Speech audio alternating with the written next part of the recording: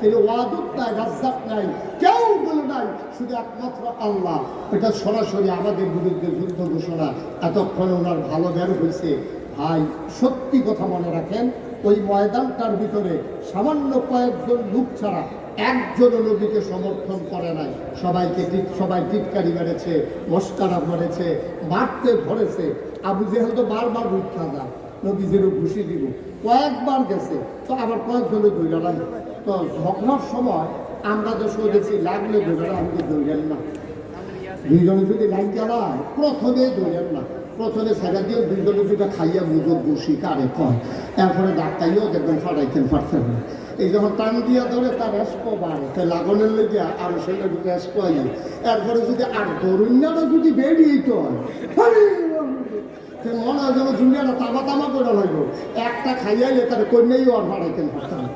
তাই আবু জেহেল করছে কি, নবীজিরা বারবার মারতে যায় আর সবাই মিলে ধরে রাখছে। আবার আবু জেহেল আবার ভয়ও পায় যে এখন যদি আমি নবীজির গায়ে আঘাত করি, নবীর চাচা আমির হামজা, নবীর চাচা আবু তালেব, নবীর চাচা আবু লাহাব, নবীর বংশ বনু হাসিম গোত্রের লোকেরা সবাই যারা আছে, আমি মোহাম্মদকে একটা ঘুষি দিলে যদি হগলে ফিরে একটা করে দেয়, তা আমি যেন একটা ভাগে করে কয় না, একটার জায়গা তার একটা থাকে না, অনেকগুলো তো ফেলে দিকে এইটা আবার জড়ায়। এর ভিতর দিয়ে নবীর চাচা আবু লাহাব একেবারে পাথর নিয়ে হাতে ঢিল মেরেছে এবং জঘন্য একটা গালিও দিছে, বলছে ইয়া মোহাম্মদ তাব্বালাক, ও মোহাম্মদ তোমার ধ্বংস হোক। নাউজুবিল্লাহ বলবেন না? জোরে বলবেন না নাউজুবিল্লাহ? আবার আপনারা রায় দিবেন, ৪,০০০ বছর আগে যারা নবীকে গালি দিল, মারতে গেল, পাথর মারলো, আজকে ১,৫০০ বলে এই ২০২৫ সালে ১২ই জানুয়ারি আবার আপনারা রায় দিবেন, নবী কি খারাপ মানুষ ছিলেন? নবী কি সন্ত্রাসী ছিলেন? নবী কি বাসের ভিতরে আগুন দিছিলেন? নবী কি ক্ষমতা দখল করতে চাইছিলেন? চান্দিনা বাজারে ভিড় দখল দিছিলেন? তাহলে নবীরে মারতে গেল কেন? কারণটা কি? একটাই তখন শুধু কারণ ঘটেছে, নবী বলেছেন তোমরা পড়ো লা ইলাহা। আচ্ছা, তাইলে এই কথা বলার কারণে নবীরা তারা মারতে ধরে, গালি দেয়, ধ্বংস করতে চায়। আমি মুস্তাক হয়েছি নাগাইশের পীর সাহেব, আমি যদি এখন জিকির শুরু করি আর ফজর পর্যন্ত লা ইলাহা ইল্লাল্লাহ জিকির করি, সব মানুষ বিরোধিতা করবে দূরের কথা, সবাই এসে আমার এই দেশি মুরগির ডিম সিদ্ধ করে নিয়ে আসবে, মুরগার চাল ছোট্ট করে ভুনা করে সিডারু দিয়া যে হুজুর অনেকক্ষণ ধরে জিকির করতে আসে, বিদেশি কম্বলরা, ফুটের টেহারা, গাছের লাউটা, মাছের মাথাটা, গরুর কলিয়ারা সবাই না নাগাইশের হুজুরের রুমের চতুর্দিক দিয়া, জিকিরের চতুর্পাশ দিয়া এরকম হাদিয়া তোহফা আসতে আছে। আর এলাকার সবাই করতে আছে, হুজুর যে জিকির করে, মনে হয় মাছে জিকির করে, গাছে জিকির করে, আকাশে জিকির করে, বাতাসে জিকির করে, কি সুন্দর জিকির। আমি জিকির করলে বাধা তো আসেই না, বরঞ্চ আমার হাদিয়ার অভাব হয় না। আর নবীজি ঠিক এই জিকিরটা করার কারণে নবীজির উপরে আঘাত আসলো, গালি আসলো, ওরা মারতে ধরলো, তাইলে বুঝা যা গেল কুসকুস কালা, ঠিক কিনা? আমার জিকির আর নবীজির জিকির এক জিকির না, কারণ আমার জিকিরে কারো কিচ্ছু আসে যায় না। আর ওরা বুঝে ফেলেছে নবীর জিকির মানে কি সাংঘাতিক জিকির। আবু জাহেল বুঝেছে আমি এখন সমাজের নেতা, আমি এখন সরকারি করি, মোহাম্মদের সুন্দর চরিত্র, একটা মিশা কথা কয় না, আগের যাইতে এই বিচারের নাম দিয়া আগের যাইতে টেহা খায় না, আমানতে টেহা মাইরা খায় না, রাস্তার গম আছে এডিও খায় না, ভগিন্দি বেডির লিগে বিস্কুট আছে, আমরা ভেতারে সেই বিস্কুট খাইয়া বইয়া দিচ্ছে, ঠিক কিনা? তারা দেখছে মোহাম্মদের যে চরিত্র, সুবহানাল্লাহ বলবেন না? আমার নবীজির যে চরিত্র, যে সুন্দর অনুপমা আদর্শ, কি সুন্দর তার হাসি, কি সুন্দর তার চেহারা, কি সুন্দর তার ব্যবহার, কি মজার তার এই মেহমানদারি, এই মানুষটা যদি সমাজে কায়েম হয়ে যায়, তাহলে আমি আবু জাহেলের সরদারি এই সমাজে আর চলবে না, ঠিক কিনা কর? আপনারা ঠিক কিনা কর? স্বাভাবিক জিনিস, এটা স্বাভাবিক জিনিস। সব অসতের মেলার ভিতরে একজন মানুষ যখন সৎ হিসাবে প্রকাশ পায়, তখন অসৎ মানুষগুলো দেশপ্রয় হয়ে যায়, সততা বিজয়ী হয়ে যায়। কিন্তু আমাদের দেশে কি জানেন, অসতের এত মেলা হয়েছে, ও সৎ মানুষের এখানে কোনো দাম নাই, ঠিক কিনা কর? মনে করেন সব এই মাঠের ভিতরে হাজার হাজার মানুষ, আপনারা সবার কাপড় চুপড় করে আসছেন, তখন যদি একটা লোক একবার উলঙ্গ হইয়া নিচেও কিছু নাই, উপরেও কিছু নাই, একবার উলঙ্গ। এই মাঠের মাইকগুলো যদি দাঁড়ায়, তা আমরা সবাই মিলে ওনার থেকে আরম্ভ করে আমি মাহবুবুর রহমান আশরাফি ভাই প্রিন্সিপাল, আমরা এখানে যারা আছি সবাই কি বলবো? সবাই বলবো অসভ্য, প্রত্যেকটা মাই দেখে নিচ্ছে তার শরীরটা কাপড় চোপড় নাই, ব্যাপারটা নেই। কইব কি কইব না? কথাটা কইব কি না? কারণ যেহেতু আমরা সবাই কাপড় পরে রাখছি, এখন একটা উলঙ্গ মানুষ আসলে সে হবে অসভ্য। কিন্তু সবাই যদি আমরা উলঙ্গ হইতাম, একটা মানুষের গাওয়ার হয় বাংলাদেশের ফিসার থেকে আরম্ভ করে মনে করেন কারো গায়ে এক টুকরা কাপড়ও হয়, এর ভিতরে যদি দিয়ে একজন লোক কাপড় হয়ে যায়, আমরা সবাই মিললে তাদের কি কয়া অসুখ হয় না, প্রত্যেকটা টানা তুলে ফেসে বাড়াতে টানা তুলে ফেসে যাইয়া হলো বলছে। এখন এই জাহিলিয়াতের জমানা কার বানিয়েছে এইটা? সব অসুখের মেলার ভিতরে একজন সভ্য নবী, তাকে তারা গ্রহণ করতে পারে নাই, সবাই মিলে তারা মারতে গেল। ঠিক কিনা? কম মুসলমান মন দিয়ে শুরু। নবী দাওয়াত দেওয়ার সাথে সাথে তিন দল মানুষ নবীর বিরোধিতা শুরু করে দিল। এক দল হলো তৎকালীন সমাজের সমাজপতি যারা, তৎকালীন সমাজের নেতা যারা। এক নম্বরে ওরা বিরোধিতা করলো, কারণ হলো ওরা জানে আমার নবীর শাসন যদি আল্লাহর শাসন যদি কায়েম হয়ে যায়, সৎ লোকের শাসন যদি কায়েম হয়ে যায়, আর এই জমিনে যদি আল্লাহর আইন বাস্তবায়ন হয়ে যায়, তাইলে আবু জাহাল, আবু লাহাব, উতবা, সাইবা কারোর পাত্তা থাকবে না। ঠিক কিনা? এই জন্য এক নম্বরে দাঁড়ালো ওরা যারা তৎকালীন সমাজের নেতা ছিল। দুই নম্বরে বিরোধিতা করলো কারা? যারা টাকাওয়ালা, কোটি কোটি টাকার মালিক ছিল। তারা বুঝে ফেলেছে যদি দিন কায়েম হয়ে যায়, শতকরা 2.5 টাকা হারে কেউ ইচ্ছা করে জাকাত দিলে দেবে, নাইলে তার থেকে জাকাত আদায় করা হবে। সুতরাং সে বুঝে ফেলছে এত মেহনতের টাকা ইসলামের নাম দিয়ে আমার কাছ থেকে নিয়ে যাওয়া হবে। এই জন্য তৎকালীন পুঁজিপতি টাকাওয়ালা যারা, তারা ঘোষণা দিয়ে দিল, টাকা দাও, ইসলাম থামাও। ঠিক কিনা? কম এখনো একটু কথা পেন, আপনি কিন্তু 2-3বার কথা বলছেন, আমি দেখছি একটা শব্দ করেন, বিরক্ত করেন। আমার সময় আমি পাবো কম, এটার ভিতরে দিয়ে আপনারা ফেরিঘাটের তারার মতো কাম করলে তারপরে কথা তো একটা মনে করছে, দেখি কইলে আমি গেলাম মাওয়ার হয়ে পারো, পদ্মানদীর হয়ে পারো বাবা। আমারে যখন দাওয়াত দিছে পরে আমার যারা বন্ধু বান্ধব অনেকে হুজুর এটাকে আপনি নতুন না আগে গেছেন, আমি আবার প্রথম যাইতে আছি। তখন কিন্তু আপনার ওই পদ্মা সেতু চালু হয়েছে না, তখন ওই লঞ্চে ফালান লাগে অথবা স্পিড বোর্ডে ফালান লাগে। তো এটা নেই কয় যে সাংঘাতিক বিষয় হ্যাঁ না, হ্যাঁ না করলে আপনারা দেখবেন ভুটে বলারই সবচেয়ে বাটফা। আমি কীরকম কয় খানা ফাতো বোয়াই দিয়া আপনারা সাইডা টাইডা মজা করে খানা দিয়া যখন মাইক ফাতো দিয়া সরবেন, খাওয়া অর্ধেক হয়েছে, একটা ইয়া করবো লঞ্চ সাইড দিতে আপনারা হারাই দিয়ে যাবেন, এখানে বলে বলে খাইতে আসে। আমি কইয়া দিচ্ছেন ভালো হয়েছে, তাহলে আমিও যাইতে যদি দূরে যাই। তা আমি যখন গেছি পরে আমাদের যেমনি হ্যাঁ ডাকানি করে মনে যেন ফ্রি খাওয়ায়, ভিতরে আসেন আসেন সেটা ডাইভার খায়, কোনো সমস্যা নেই। মনে হয় যেন এটা দাওয়াত খাওয়াইতে আছে আমাদের। এরকম ডাক্তার বিজ্ঞানী বলাইছে, ম্যানেজারটা আমার দেখতে কি চিনছে না চিনছে বুঝতে পারতাম না। তখন আমার তো পরিচিত নাই, কারণ ওই ইয়ার পরে না আমার সিনার একটু বাড়ছে। ওই ইয়ার আছে কইসলাম যে ইয়ার কম যেত না, তবে সত্য কথা কেউ ইয়ার আর কম যেত না।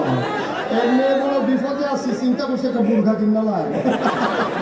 তোমরা যা শুরু করছো, আমি সাংঘাতিক বিপদে আছি। এবার মার হাবা কয় না রে মালিকে আসেন আমার হুজুর, আমি নিজে রাতে মাছের মাথাটা ধুইছি, এটা আপনি খান। ইলিশ মাছের মাথা সবচেয়ে বড় মাথা, আপনি মজা করে খান। তা আমি তো জানি যে এটা কারবার কি করে, তা আমিও মাছ বলে আমি তো দেন না, অসুবিধা নেই, সুবিধা হইলে দেন। তো মাছ টাছ দেওয়া সারছে, মাছের মাথা এটা তো কাটা বেশি, ইলিশ মাছের মাথা একটু খাইয়ে এসেছি। পরে একটা দৌড় দিয়ে আইয়া সেটা কয় হুজুর লঞ্চ সাইডে দিতে আছে। আমি তো তৈলে খানা দিয়ে একটা ফ্যাটেটা করে আছে, আমি লঞ্চ বইয়া বইয়া খাই।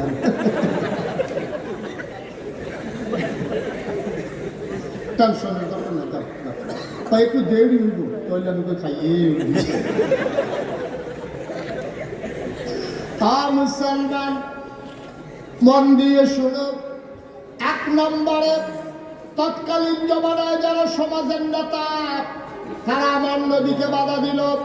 2 নম্বরে যারা টাকাওয়ালা, তারা চিন্তা করলো যে এই টাকা যদি এইভাবে বৈধ অবৈধ কামাই, ইসলাম আসলে এই অবৈধ কামাই আর থাকবে না, মন যা চায় তা করা যাবে না। এই জন্য টাকাওয়ালা পুঁজিপতি যারা, তারা চিৎকার করে ঘোষণা দিল, টাকা দাও, মোহাম্মদের ইসলাম থামাও। ঠিক কি রাখো? আজকে বাংলাদেশে দেখবেন, এখানে যেহেতু শিক্ষিত সচেতন জনগণ বেশি, এই জন্য ওভাবেই বলি, আজকে বাংলাদেশে দেখবেন যখন পহেলা বৈশাখ হয়, তখন বিভিন্ন জায়গায় মেলা হয়, ওপেন এয়ার কনসার্ট হয়। এই যে কনসার্টগুলা, মেলাগুলো স্পন্সর করে কারা? দেখবেন প্রাণ কোম্পানি, RFL কোম্পানি, অথবা দেখবেন বড় বড় ম্যাগনা গ্রুপ, অথবা দেখবেন সিটি গ্রুপ, বড় বড় গ্রুপ যারা আছে, বেক্সিমপুর গ্রুপ, ওরা করে কি আপনার পহেলা বৈশাখ, রমনা বটমূলের ছায়ানটের আয়োজন, তারপরে আপনার কি বলে 31st নাইট, তারপরে 16ই ডিসেম্বরের নামে ওপেন এয়ার কনসার্ট স্টেডিয়ামের ভিতরে। এই টাকাগুলা দেয় কারা? টাকাগুলা দেয় বাংলাদেশের বড় বড় শিল্পপতি যারা, টাকার মালিক যারা, যারা আগে দাঁড়িয়ে রাখছেন বিপদগুলো কামাই নিচ্ছে। আসেনি রে কারবা? আগে দেখলে মনে হইতো ফেরেস্তা একটা যেতে আছে, সাদা পায়জামা, সাদা পাঞ্জাবি, সাদা টুপি, সাদা চুল, কি সুন্দর অক্ষরে দরবেশের বোতলা, দরবেশে এত সুন্দর করে একটা যেত।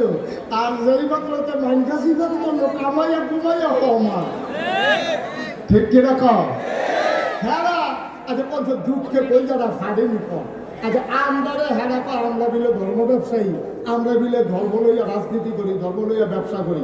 এই যে মাহবুবুর রহমান আশরাফি, উনি যে মাদ্রাসার প্রিন্সিপাল, আচ্ছা ওনারে যদি কয় আপনার গলা ছুরি লাগানো হইব, আমরা হলে দাড়ি কামান, উনি কইব দাড়ি কামানো যেত না, ছুরি লাগাইলে লাগাও।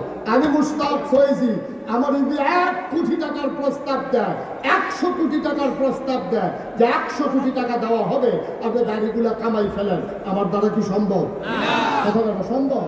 তাহলে যেই মানুষগুলো কোটি টাকার কাছে হার মানে না, যেই মানুষগুলো গলায় মুখে বন্দুক ধরলে তার ইসলাম থেকে দূরে সরে যেতে চায় না, তারা হয়ে গেছে ধর্ম ব্যবসায়ী। আর যারা রাজনৈতিক ভাবে নিজেকে প্রতিষ্ঠিত করার জন্য সুরত ধারণ করে ইসলামের সিরত হলো শয়তানের, ওরা ধর্ম ব্যবসায়ী, আমরা ধর্ম ব্যবসায়ী, ওরাই হচ্ছে প্রকৃত ধর্ম ব্যবসায়ী।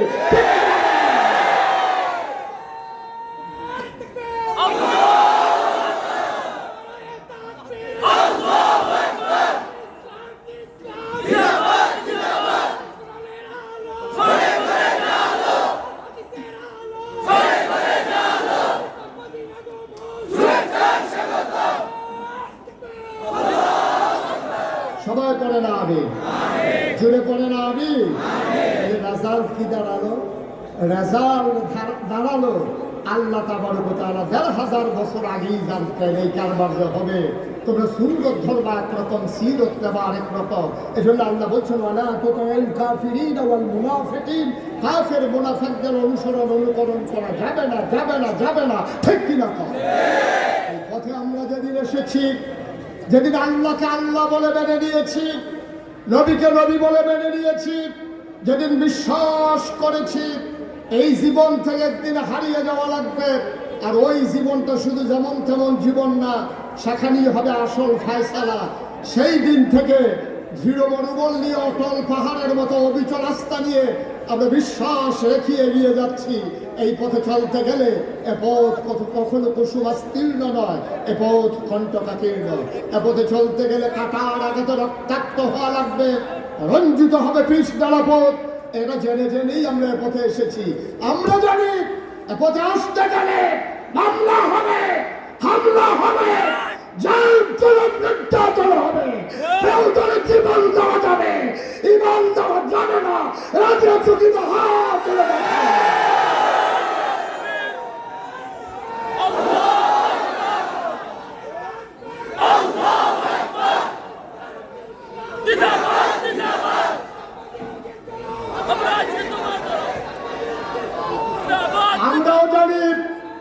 আমরাও জানি কেমন করে তাল মিলিয়ে চলতে হয়, আমরাও তাল মিলিয়ে চলতে জানি। কিন্তু আমরা বিশ্বাস করি এই দুনিয়ায় ফুলের মালার কোনো দাম নাই, কবরে যদি হয় জোতার মালা। ঠিক কি না বলো? এই দুনিয়ায় যদি টিটকারি হয়, মস্করা হয়, গুম হয়, নির্যাতন হয়, নিপীড়ন হয়, মামলা হয়, হামলা হয়, ফাঁসি কাস্টে ঝুলতে হয়, বিশ্বাস আছে যেদিন কবরে যাব অপেক্ষা করছে আমাদের জন্য ফুলের মালা। ঠিক কিনা বলে? সুতরাং দুনিয়ায় ছেলেরা বসাও, তাহলে চুপ করে বসাও। কায়দা ভাইয়া নিছে মালা, সবাই করা আমিন, জোরে করা আমিন। সুতরাং ভাইরা, এটা কোনো হিংসি না, ঝগড়া বিবাদ না, কাউকে হ্যাঁ করা না, কাউকে খাটো করা না। বিশ্বাস করেন আপনি এই পথে যখন অবিচল আস্থা নিয়ে চলবেন, আপনার হাদিয়া বন্ধ হয়ে যাবে, আপনার উপরে টিটকারি আসবে, মস্কারা আসবে, চাকরির উপরে আঘাত আসবে, আপনাকে মানুষ টিটকারি মারবে, আপনার স্ত্রী আপনাকে মস্কারা করবে। এই পথে যদি আপনি সঠিকভাবে আসেন, আজকে নতুন করে আসেন, দেখবেন আপনার স্ত্রী আপনাকে টিটকারি করে, মস্কারা করবে। আপনি দাড়ি রাখেন না, দাড়ি রাখছেন, আপনার স্ত্রী দাড়ির পক্ষে না, দেখবেন আপনার কি আগুন যাইতে আছে ঘরের ভিতরে।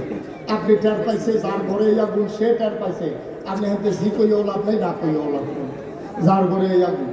এখন তো দাঁড়িয়ে রাখছে, তো হুজুরের ওয়াজ শুনে 5 ওয়াক্ত নামাজ পড়ে দাঁড়িয়ে রাখছে, পাঞ্জাবি গাও দেয়, টুপি পাতা দেওয়া নেই, তার বউয়ে কি একটা কারবার চাইতে আছে ঘরটার ভিতরে, একটা আগুন জ্বলতে আছে, এর ভিতর দিয়া তার শালিয়ে ফোন দিছে, আবা কেমন আছো? কি এর ভালো না খারাপ? দুলাভাই কত দুলাভাই আসছে না, ভাইয়া তো শ্রীলঙ্কা আছে, দুলাভাই কি হয়েছে? কত দুলাভাই হুজুর না, দুলাভাই বলে হুজুর হয়ে গেছে না, গাড়ি রাখলো কেড়ে, টুপি মাথার দিল কেড়ে, দুলাভাই অনেক হুজুর হয়ে গেছে গা, তাই দুলাভাইয়ের নাই। দাউজুবিল্লাহ পেতেন না, বলবেন না দাউজুবিল্লাহ। তাইলে বিরোধিতা করল কয়জন? 1 নম্বরে যারা রাজনৈতিক নেতা, 2 নম্বরে যারা ছিল পুঁজিপতি টাকাওয়ালা। আজকেও বাংলাদেশে ওই যে বললাম, পহেলা বৈশাখে 31st নাইটে 16ই ডিসেম্বরের বিজয়ে তারা টাকা দেয়, পয়সা দেয়, কোটি কোটি টাকা কনসার্টে আয়োজন করে, স্পন্সর করে। আজকে চান্দিনা মাহফিল হয়, এখানে কোনো একটা গ্রুপ এসে বলবে না, কোরআনের মাহফিল যখন হয় আর আমরা যখন মুসলমান, পুরাটা খরচ আমরা কোম্পানি দিতে চাই, বাংলাদেশে কোনো কোম্পানি আয়োজন করতে রাজি না। ঠিক কিনা?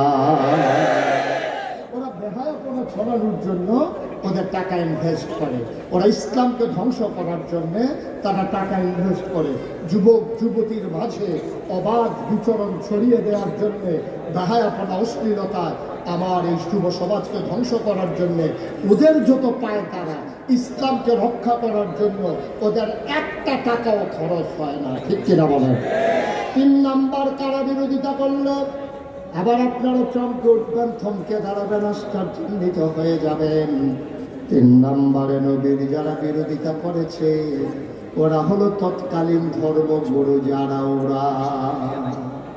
যারা তৎকালীন সময়ে পূজা দিত, আমাদের দেশে হিন্দুদের যে পূজা দেয়, তো নিজে কিন্তু পূজা দেয় না, পূজা নিয়ে ব্রাহ্মণের কাছে কয়, ঠাকুরের কাছে কয়, পুরোহিতের কাছে কয়, ভাই আমার একটা পূজা দেওয়া লাগবে, আমার বড় বিপদ আছে, ব্যবসায় বাইর খাইছি, ফলা বিদেশ যাইবো, তারে বিয়া করা, ফলা বাচ্চা হইছে, আমার একটা পূজা দেওয়া লাগবে, আপনি পূজাটা দিয়ে নিয়ে। এই কথা বলার পরে তখন পুরোহিত কি কয়, ঠাকুর কি কয়? ঠাকুর কয় 1 ছড়ি খোলা লাগবে, 5 কেজি দুধ লাগবে, একটা ধুতি লাগবে, একটা গামছা লাগবে, নতুন একটা ফাতিলা লাগবে, একটা কলস লাগবে, আর একটা খাসি ফাড়া, এরা তো ফাড়া না, তো একটা পাঠা লাগবে। এই সবগুলো নিয়ে আসেন, পূজা দেওয়া হবে। খুব ঠান্ডা মাথায় চিন্তা করেন। এখন পূজা দেবে একজন হরিনাথ, হরিনাথে পূজা দিব, গেছে ঠাকুর ব্রাহ্মণের কাছে, ব্রাহ্মণ তারে কইয়া দিছে কি কি লাগবো, কলার ছড়ি লাগবো, দুধ লাগবো, ফাড়া লাগবো, খাসি, তারপরে ধুতি লাগবো, গামছা লাগবো, নতুন ফাইলা লাগবো, নতুন কলস লাগবে। আচ্ছা, এবার মনে করেন আজকে থেকে বাংলাদেশে সব পূজা বন্ধ, ইন্ডিয়াতে সব পূজা বন্ধ, তো যারা ধর্মগুরু, যারা ঠাকুর, যারা পুরোহিত, এখন তো তাদের কাছে আর কেউ পূজা দিতে যায় না। তো পূজা দিতে না গেলে তার কলার ছড়িও শেষ, তার 5 কেজি দুধও শেষ, ফাড়াও শেষ, গামছাও শেষ, তার ধুতিও শেষ, তার নতুন কলসও শেষ, পাইলেও শেষ। এবার আপনারা করেন এই ব্যবহার কি বাংলাদেশও আছে যে আপনি করবেন পূজা বন্ধ আর ব্রাহ্মণ ঠাকুরেরা করবে কোনো সমস্যা নেই বন্ধ করে দাও, এটা মেনে নেবে না। তারা চাইবে পূজা চলো, তাই না আমাদের ইনকামের পথ খোলা থাকুক। বাংলাদেশেও একদল আলেম নামদারি যারা নবীর কুওয়ারিস, নবীর প্রকৃত ওয়ারিস নয়, যারা জীবন বাজি রেখে নবীর দিনকে আগাই নিতে চায় না, যারা মনে করে এমনি দাওয়াত টাওয়াত খাইয়া হ্যানতে লইয়া সইয়া এই কেউ দোয়া করে ফার করে দিয়া এইভাবে বিভিন্ন সময়ে বিভিন্ন কাজ করিয়া যারা বৈশা খায়, সত্য সামর্থ্য মানুষ থাকার পরেও, এলেম কালাম থাকার পরেও সে একটা গৃহস্থিও করে না, একটা অটোও চালায় না, একটা রিক্সাও চালায় না, একটা ভ্যানও চালায় না, কোনো চাকরিও করে না, কোনো ব্যবসাও করে না, কোনো কৃষিকাজও করে না। যেই মানুষটি বইয়া খায় তারা চিন্তা করছে ইসলাম যদি কায়েম হয়ে যায়, সবাই যদি কাজ করে খাওয়া লাগে, তাইলে তো আমার এই সবই বন্ধ। এই সবই বন্ধের জন্য তৎকালীন জমানায় একদল ধর্মগুরু যারা তারা নবীর বিরোধিতা করেছে, ঠিক কিনা? আজ এই বাংলাদেশে একদল মুসলমান নামধারী টুপিদারি ধল্লাদারি একদল পাঞ্জাবি ওয়ালা মানুষ, তারা দেখা গেছে যে ইসলামের মৌলিক বিষয়ে কথা আসলে তারা নিজেদেরকে ইসলামের বিরোধিতা করা শুরু করে। এবং যখন ওই গণজাগরণ মঞ্চ হয়েছিল, শাহবাগের জমিনে যখন অশ্লীলতা বেহায়া পড়া ছড়িয়ে পড়েছিল, তখন এই বাংলাদেশে আলেম নামদারি মানুষগুলো বলেছে যে আমরা সবচেয়ে বড় পুণ্যের কাজ করেছি, এই বেহায়া পড়ায় যোগ দিতে পেরেছি, ঠিক কিনা? সবাই বলেন নাউজুবিল্লাহ, জোরে বলেন নাউজুবিল্লাহ। তো বইয়া খাওয়ান গেলে মেহনত করে খায় কারা? বইয়া খাওয়ান গেলে তো মেহনত করে খাওয়ানোর দরকার নাই। বাংলাদেশে মনে কষ্ট নেবেন না, মনে কষ্ট নেবেন না। হক্কানি পীর মাশায়েখ আছে বলে এখনো বাংলাদেশে মুসলমান টিকে আছে, কিন্তু পীরালির নাম দিয়া একদল যেইভাবে ইসলামটাকে শেষ করে দিয়েছে, একদল, সবাই না, হক্কানি পীর মাশায়েখ আছেন এখনো, কিন্তু পীরালির নাম দিয়া একদল মানুষ এই হগিন্নি বেটি টেহা দেয় খায়, রিক্সাওয়ালা টেহা দেয় খায়, খালি হিকছে এইটা এমনি আত্রা এমনি থাকে, কারা যেন এমনি ঘুরাই দিছিল, এটা আবার এমনি হইয়া যায়, ঠিক কিনা কও? কেন আপনার মতো মানুষ, আমি যে মুস্তাক হয়েছি, আমিও তো ফিসা, আমি মেহনত, আমি মাটি কাটলেও তো ডেলি 500 টাকা পাই। আমি যদি মা দিয়েও কাটি আমার ডেলি 500 টাকা রুজ দেওয়া লাগবো। আমি অটো চালাইলেও 1000 টাকা কামাই করতে পারবো, আমি সিএনজি চালাইলে আমি 1500 টাকা কামাই করতে পারবো। কিন্তু বাংলাদেশে এমন অনেক পীর আছে, 1-2 জন না, শত আছে, কোনো কাজ নাই, কোনো কাজ নাই, অর্ধাঙ্গ বিকলাঙ্গ না, পরিপূর্ণ সুস্থ মানুষ, শুধু বৈশা খায়, মানুষ দেয় আর হ্যাঁ খায়, এইরকম আছে নাকি নাই? তারা বসান, হ্যাঁ ছেলে বসো, বসো, উঠে সিফা দিয়ে মনে থাকবো না, আছে নাকি নাই? অথচ দেখেন 1000 বছর আগে আমার নবীজি, আহারে, কেউ যদি প্রমাণ দিতে পারেন যে একদিন তিনি বসে খাইছে, আবার একজন প্রমাণ দেন, একটা প্রমাণ দেন যে নবী 63 বছরের জিন্দিগিতে একদিন তিনি অসহায়ভাবে শুধু বসে তিনি খাবার দাবার চেয়েছে, উনার কি হাদিয়া ছিল না? সাহাবারা তো কোন জায়গা ক্ষেত্রে দিয়ে লাইতে চাইছে, তারা বাড়ি ঘর দিয়ে লাইছে।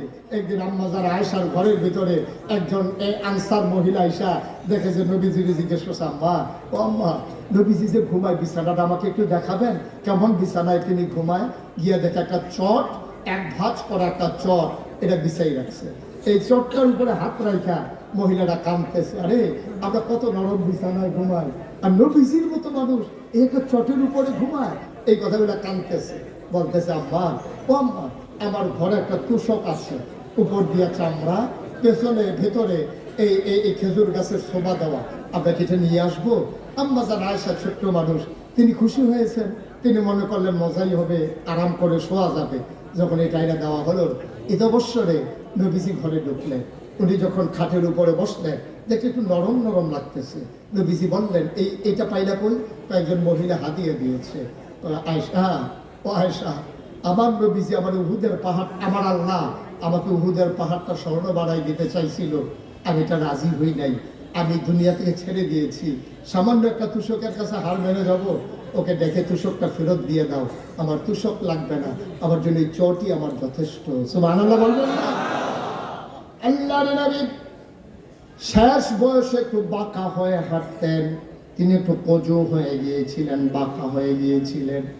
আম্মা জান আয়েশা কেঁদে কেঁদে বলতেন, নবী গো, আপনার বয়স তো এত বেশি হয় নাই, আপনার বয়স আর কত হয়েছে, এই বয়স আপনি কেন বাঁকা হয়ে গেছেন? আল্লাহর নবী চোখের পানি ছেড়ে দিলেন, ডাক ডাক আয়েশা, ও আয়েশা, তোমাকে বলা হয় নাই খন্দকের যুদ্ধের সময় আমাকে যখন সালমান ফার্সি পরামর্শ দিল যে মদিনার চতুর্পাশ দিয়ে একটা খাল খনন করেন যেন কাফেররা আমাদেরকে আক্রমণ করতে না পারে? আয়েশা গো, ও আয়েশা, খাল খনন করতে গিয়ে আমার সাহাবারা সবাই মাটি কাটতেছিল, পাথর উঠাইতেছিল, বড় একটা পাথর পড়ে গেল, এটা কোনোভাবেই উঠানো যাচ্ছিল না। জোহরের আজান পড়ে গেছে, মানুষগুলো অস্থির হয়ে গেছে, পাথর আর আলগি দেওয়া গেল না, বিরাট পাথর। নবীজির কানে যখন খবর গেল, নবীজি বললেন, সবাই সরো, এই দায়িত্ব আমার উপরে, আমাকে দাও, পাথরটা আমি সরিয়ে দেই। সুবহানাল্লাহ। আল্লাহর নবী পাথরে ধরলেন, তিনি সবাইকে সরিয়ে দিলেন। আল্লাহর নবী পাথর ধরে যেই টান মেরেছেন, রগের ভিতরে টান পড়েছে, কোমরের ভিতরে তিনি ব্যথা পেয়ে ফেললেন। তিনি আস্তে করে সোজা হয়ে দাঁড়াতে গেলেন, একটু বাঁকা হয়ে গেলেন। নবীজি কান্দে আর কয়, আয়েশা, সেই দিন যে পাথর টান দিয়ে একটু ব্যথা পাইছিলাম, এই ব্যথাটা আজ পর্যন্ত আর আমার কাছ থেকে গেল না। দুজাহানের বাদশাহ নবী, দুজাহানের বাদশাহ নবী। আয় ইবনে তাফসীর ইবনে কাসির, একটা বিশ্ববিখ্যাত তাফসীর, ইবনে কাসির দামিশকি রহমাতুল্লাহ আলাইহি, তার একটা হাদিস এনেছেন সেখানে নবীজি। এই হাদিসটা এত রেয়ার, আমি আর কোথাও অনেক জায়গায় খুঁজছি, আমি হাদিসটা আর পাই নাই। সেখানে ইবনে কাসির দামিশকি রহমাতুল্লাহ আলাইহি বলেন, একবার নবীজি বসে আছেন, এমন সময় একজন বেদুইন আরব, দূর মরুভূমির গ্রামের একটা আরব মুসলমান আসছে নবীর দরবারে, এসে বলতেছে, আসসালাতু ওয়াসসালামু আলাইকা ইয়া রাসূলুল্লাহ, আসসালাতু ওয়াসসালামু আলাইকা ইয়া হাবিবাল্লাহ। নবী বললেন, ওয়া আলাইকুম আসসালাম ওয়া রাহমাতুল্লাহ, কি খবর? কই, ইয়া রাসূলুল্লাহ, আপনি কি আমাকে চিনতে পেরেছেন? কই, না, তোমাকে তো চিনলাম না। আমি দূর মরু প্রান্তরে একেবারে অজপাড়া গায়ে নিবৃত পল্লীতে, বর্ডার বেল্টে আমার ঠিকানা, আমি একবারে সাইডে আমার বাড়ি, সবসময় তো আসতে পারি না, এই জন্য আপনি আমাকে দেখেন কম, আপনারেও আমি দেখি কম। নবীগো, একটা খুশির খবর নিয়ে এসেছি। আল্লাহর নবী বললেন, কিসের খুশির খবর? ইয়া রাসূলুল্লাহ, ইয়া হাবিবাল্লাহ, আপনি তো আমার রূহানি পিতা, আমার মেয়েটা তো আপনার নাতনি, আপনার মেয়ে, আপনার নাতনি বিয়ের উপযুক্ত হয়ে গেছে। আমি একটা ভালো ছেলে পাইয়া, নামাজি, পরহেজগার, অনেক সুন্দর উত্তম চরিত্রের অধিকারী একটা মানুষ পাইয়া তার জন্য বিয়ে ঠিক করে ফেলেছি, বিয়েও হয়ে গেছে। নবী গো, গুস্তাকি মাফ কর দিজিয়ে, বেয়াদবি মাফ করবেন, আমি আপনারে জানাইতে পারি নাই। আমি এসেছি এই জন্যে, আপনার নাতিনের বিয়েতে আপনি কি কোনো উপহার দিবেন না? সুবহানাল্লাহ বলবেন না? আপনি সম্পর্কটা দেখছেন, আপনি কি সম্পর্কটা বুঝতে পারতেছেন? কেমন সম্পর্ক থাকলে উম্মতি গিয়া নবীজিরে কয়, ইয়া রাসূলুল্লাহ, আমার ভাইয়ার বিয়া, আপনি কিছু দিতেন না? আপনি পারবেন? আপনার নেতারে কইতেন? আপনি পারবেন? আপনি হিসাবে কইতেন যে হুজুর, সারাটা জীবন তো আপনার পিছে ঘুরলাম, আমার মেয়ের তো বিয়া, আপনার তো নাতি, আপনি কি দিবেন হুজুর? এই কথাটা বাংলাদেশে কোনো ফির সাহেবের কাছে গিয়ে বলা যাবে? বরং তো ফির সাহেব আরো আশায় থাকে, নাতিনের যখন বিয়ে হয়েছে, একটা লুঙ্গি আর একটা ছাতি তো নিশ্চিত,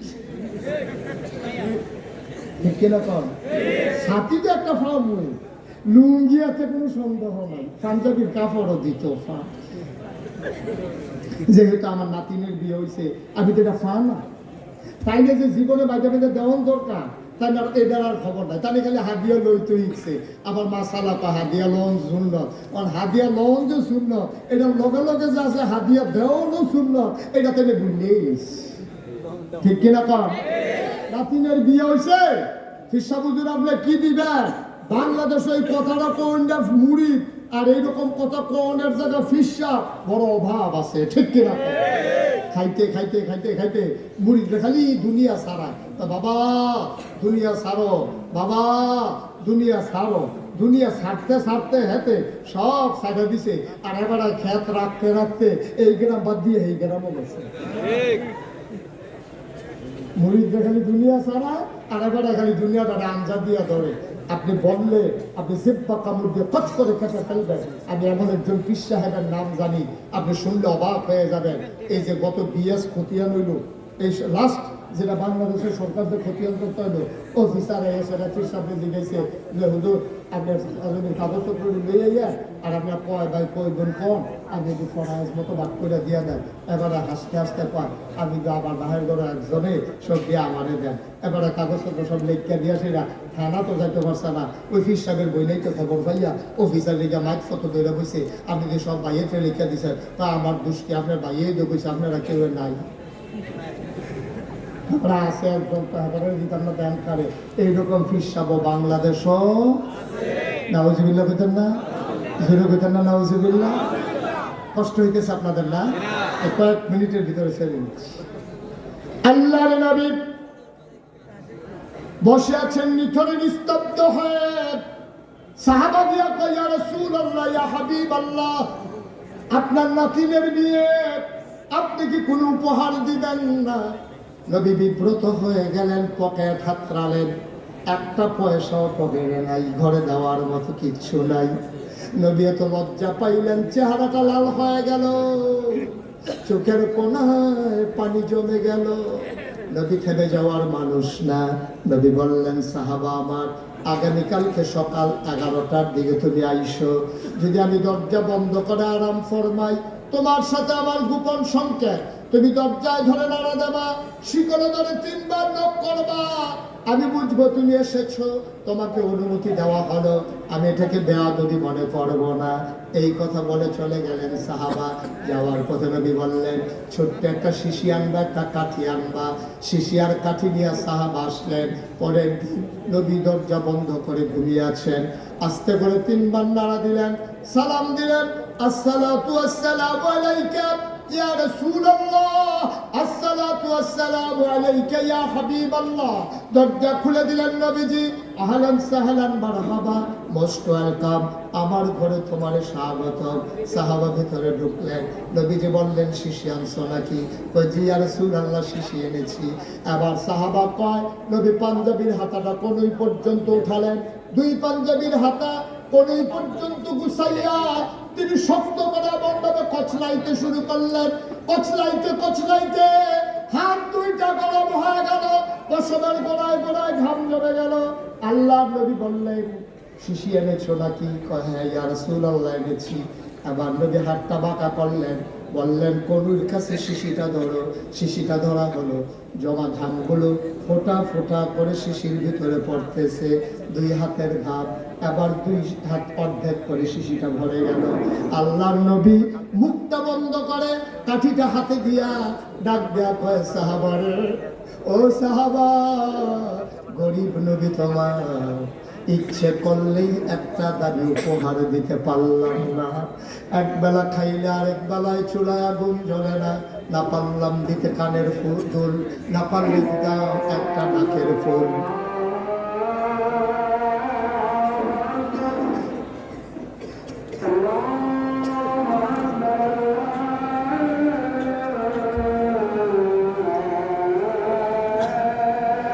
একটু বসেন, এই যে, এই ছেলে, একটা কালারের গঞ্জি বসো।